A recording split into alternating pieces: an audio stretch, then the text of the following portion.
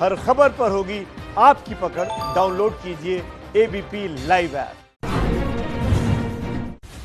गृह मंत्री अमित शाह ने दिल्ली के छतरपुर में बने नए कोविड केयर सेंटर का उद्घाटन किया। राधा स्वामी सत्संग हॉल को बनाया गया है कोविड सेंटर। राधा स्वामी सत्संग हॉल को Sardar Patel covid care centre and hospital नाम दिया गया है। अमित शाह के साथ केजरीवाल भी थे मौजूद। 10,000 बेड की है क्षमता। कोरोना पर बोले पीएम मोदी, कहा दुनिया के देशों की तुलना में बेहतर स्थिति में भारत, रिकवरी रेट ज्यादा। राहुल गांधी का कोरोना को लेकर सरकार पर बड़ा आरोप, केंद्र सरकार के पास कोरोना पर काबू पाने की नहीं कोई योजना, पीएम ने कर दिया है सरेंडर। कोरोना पर केंद्रीय मंत्री समूह की अहम बैठक, स्वास्थ्य मंत्री हर्षवर्धन, विदेश मंत्री एस जयशंकर और नागरिक उड्डयन मंत्री हरदीप पुरी हुए शामिल। मौजूदा हालात और हेल्थ इंफ्रास्ट्रक्चर पर हुई चर्चा। पाकिस्तान 29 जून से करतारपुर साहिब कॉरिडोर खोलने को तैयार। कोरोना को लेकर गाइडलाइंस और जरूरी नियम बनाने के लिए भारत को न्योता। कोरोना के चलते 16 मार्च से बंद था। राजीव गांधी फाउंडेशन को लेकर बीजेपी ने कांग्रेस अध्यक्ष सोनिया गांधी से पूछे 10 सवाल। पूछा, चीन से फाउंडेशन को पैसा क्यों मिला? प्रधानमंत्री राष्ट्रीय आपदा कोष का पैसा राजीव फाउंडेशन तक कैसे पहुंचा? विदेश मंत्रालय ने एलएसी पर भारत चीन तनाव के बारे में दुनिया के प्रमुख देशों को बताया। चीन की हरकतों और सीमा पर चीन की तैनाती की जानकारी दी। एलएसी पर चीन से चल रहे तनाव को लेकर कांग्रेस का केंद्र सरकार पर निशाना। कपिल सिब्बल बोले, लद्दाख के शहरी इलाके से महज 7 किलोमीटर दूर रह गया है चीन, हकीकत सामने नहीं रख रहे पीएम। शिवसेना के मुखपत्र सामना में चीन विवाद को लेकर केंद्र सरकार पर निशाना। लिखा, चीन के पीछे हटने के झूठ का हुआ पर्दाफाश, सवाल उठाने वालों को कटघरे में किया जा रहा है खड़ा। व्यापारियों के संगठन कैट के महासचिव प्रवीण खंडेलवाल ने Xiaomi इंडिया के बयान पर जताई आपत्ति। Xiaomi इंडिया के चेयरमैन ने कहा था, चीन का बहिष्कार सिर्फ सोशल मीडिया तक ही है। प्रवर्तन निदेशालय ने 5,000 करोड़ से संदेसारा घोटाला केस में अहमद पटेल से की पूछताछ। संदेसारा बंधुओं के करीबी माने जाते हैं पटेल। पूर्व केंद्रीय मंत्री यशवंत सिन्हा ने बदले बिहार नाम से फ्रंट बनाया। कई पूर्व सांसदों, मंत्रियों को किया शामिल। नीतीश कुमार का करेंगे विरोध। दिल्ली के जसोला में टिड्डी दल को भगाने के लिए लोगों ने थाली बजाकर किया शोर। हालात पर चर्चा के लिए दिल्ली के पर्यावरण मंत्री गोपाल राय ने की इमरजेंसी बैठक। मध्य प्रदेश के सीएम शिवराज सिंह चौहान परिवार समेत पहुंचे तिरुमाला। तिरुपति बालाजी के किए दर्शन। पेट्रोल डीजल की बढ़ी कीमतों के विरोध में भोपाल में यूथ कांग्रेस का प्रदर्शन। सरकार से बढ़ी कीमतें वापस लेने की मांग। देश भर में कोरोना मरीजों की संख्या 5,08,000 के पार। एक दिन में 18,552 नए मरीज, 2,95,000 से ज्यादा मरीज ठीक हुए। कोरोना के खिलाफ रणनीति के लिए आज से दिल्ली में बड़ा अभियान। सीरोलॉजिकल सर्वे के तहत 20,000 लोगों के सैंपल लिए जाएंगे। संक्रमण के फैलाव का आकलन करने के लिए सर्वे। कोरोना मरीजों को अब दी जा सकेगी डेक्सामेथासोन दवा। केंद्रीय स्वास्थ्य मंत्रालय ने डेक्सामेथासोन को क्लिनिकल प्रोटोकॉल में कोरोना के मरीजों के इलाज के लिए शामिल किया।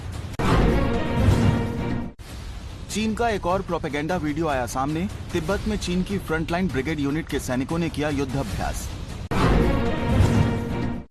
न्यूयॉर्क टाइम्स में चीन की साजिश का खुलासा। अखबार ने लिखा, चीन की सैन्य कार्रवाई भारत समेत पड़ोसी देशों को उकसाने वाली है, लेकिन संदेश अमेरिका के लिए है।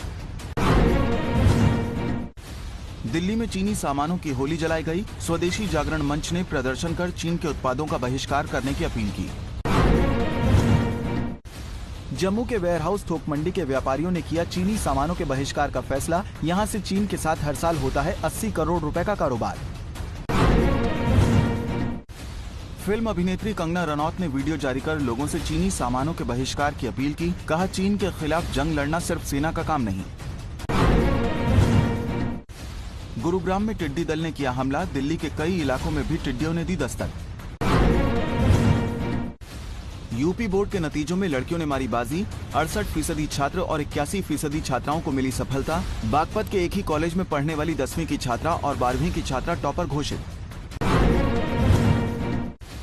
यूपी के उप मुख्यमंत्री केशव प्रसाद मौर्य की टॉपर्स को बड़ी सौगात। सबसे अव्वल रहने वाले 20 छात्र छात्राओं के घर तक बनेगी पक्की सड़क। यूपी में 10वीं की परीक्षा टॉप करने वाली रिया जैन ने 600 में से 580 अंक हासिल किए हैं। 12वीं में टॉप करने वाले अनुराग मलिक ने 500 में से 485 अंक हासिल किए हैं। दोनों बच्चों के पिता दुकानदार हैं और मां गृहिणी हैं। मुंबई और आसपास के इलाकों में कोरोना के बढ़ते मामलों का जायजा लेने पहुंची केंद्रीय स्वास्थ्य विभाग की टीम। संक्रमण काबू करने के तरीकों पर होगी चर्चा। महाराष्ट्र में 3 महीने बाद कल से खुलेंगे सैलून। कोरोना से बचाव के लिए नए नियमों के साथ करना होगा काम।